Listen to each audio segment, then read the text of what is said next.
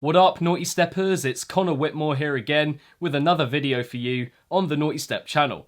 And it is time for another Extra Nawties monthly roundup, this time for the month of February 2019. Gonna go over some EPs, albums and compilations that I wasn't able to review in full, but which I still thought interesting enough to share my opinions on them with you. Shorter reviews because there is a lot to get through, so I'll just be identifying my main points with each one and maybe showing you something that you hadn't heard of before. Stuff released on the 26th of February and after will not be reviewed in this video, but the next one.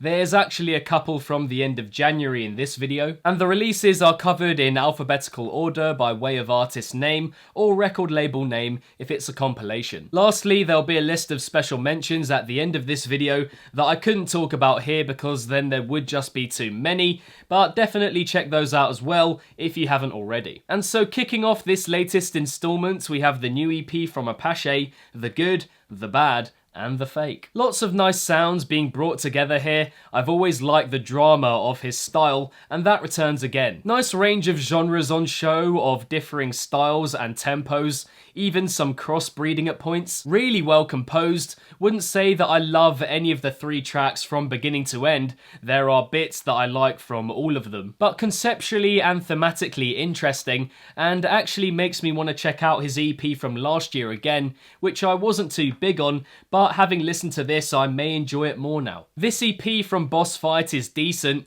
I think the general energy is good, but the drops are pretty rough around the edges, I would say. Moments that I really liked were the second drop of Heat, the first drop of You Got Me, the second drop of Bad Mash, where everything works together really well basically. Otherwise, just needs a little more on the idea front, the sharpening of sounds and the interaction between them. The structure and order of the tracks is good, nice variety in genre, the middle 5 coated by the intro and outro. You can see the potential, the sounds are big and the ambition is there, just needs work ironing it out. Following that, we have more of the same really from Chi, well-rounded and defined down-tempo music. Really holds your attention through the detail alone, very immersive and atmospheric. Wouldn't say that it has the same star appeal as past EPs of his when it comes to the ideas, but the quality of the sound more than carries it through, a journey even though it's 4 tracks. Honestly, compilations like this latest one from Confession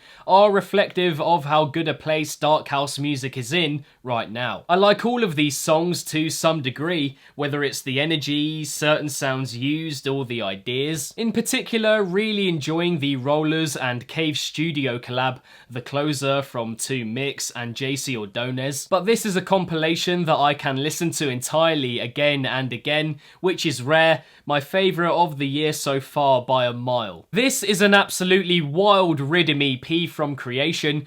I couldn't stress that description enough. Your usual plodding backdrops, but seriously crazy, high-octane dubstep, enough to take you off your seat. 3 pretty beastly tracks, points where they drag slightly in repeating the same ideas too much. But if larger-than-life rhythm tunes are what you're looking for, I think you'd be hard-pressed to find a better EP at the moment. This is a pretty straightforward rhythm EP from Chromatic, with a few very spicy bits littered in. More interesting than most EPs of this kind, I think, in terms of the sounds used and the interaction between them. The title track and Malware VIP in particular have several moments of surprise and ingenuity across their runtimes. Just seems to be more on offer here than on other projects like this, clearer design overall as well. So yeah, not bad. The latest EP from Dylan Nathaniel delivers exactly what you're looking for if you're into his music. Earthy, underground, progressive, tech house music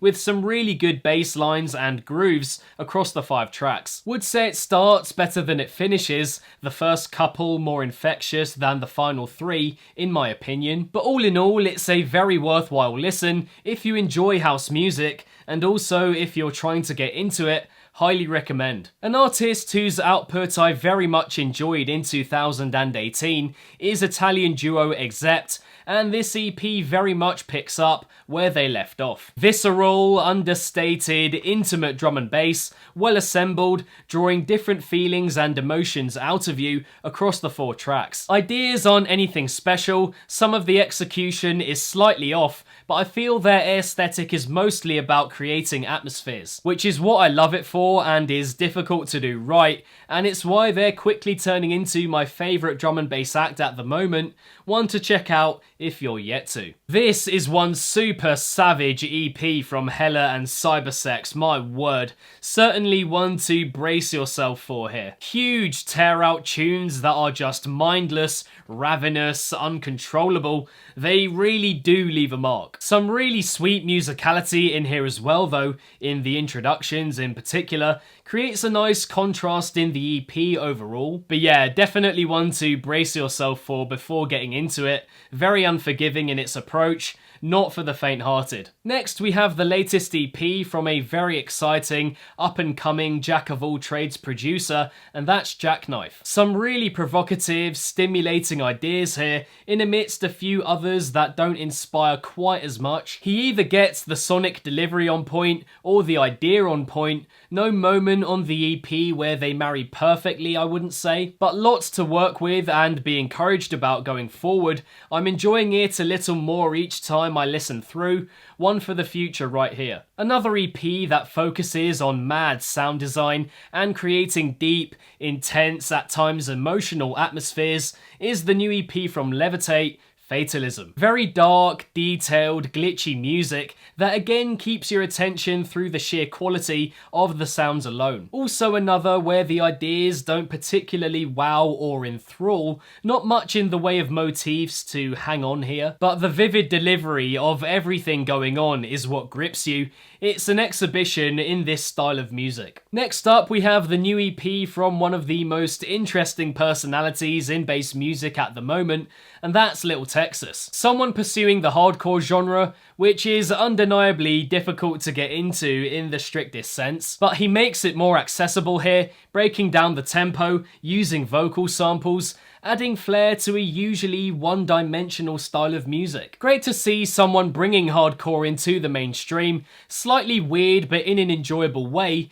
It's necessary for the scene. Following on from that, we have a truly gargantuan album that I think will be for some and others not, and that's the new Liquid Stranger LP, Infinity. I think the enjoyment of this thing lies in whether you appreciate it more conceptually or in terms of its sonic quality. And in all honesty, whilst I can see that there's a theme and certain approach running through this thing, commendable at 30 tracks, I don't think the sounds are that refined, very few ideas wowing me. He could have doubled down here and made half what he did. Creates a vibe throughout, but at nearly 2 hours long and finding little to love about it, I can't see myself returning to it much in the future. More gritty, hard-hitting dubstep here from Red Axe for the most part.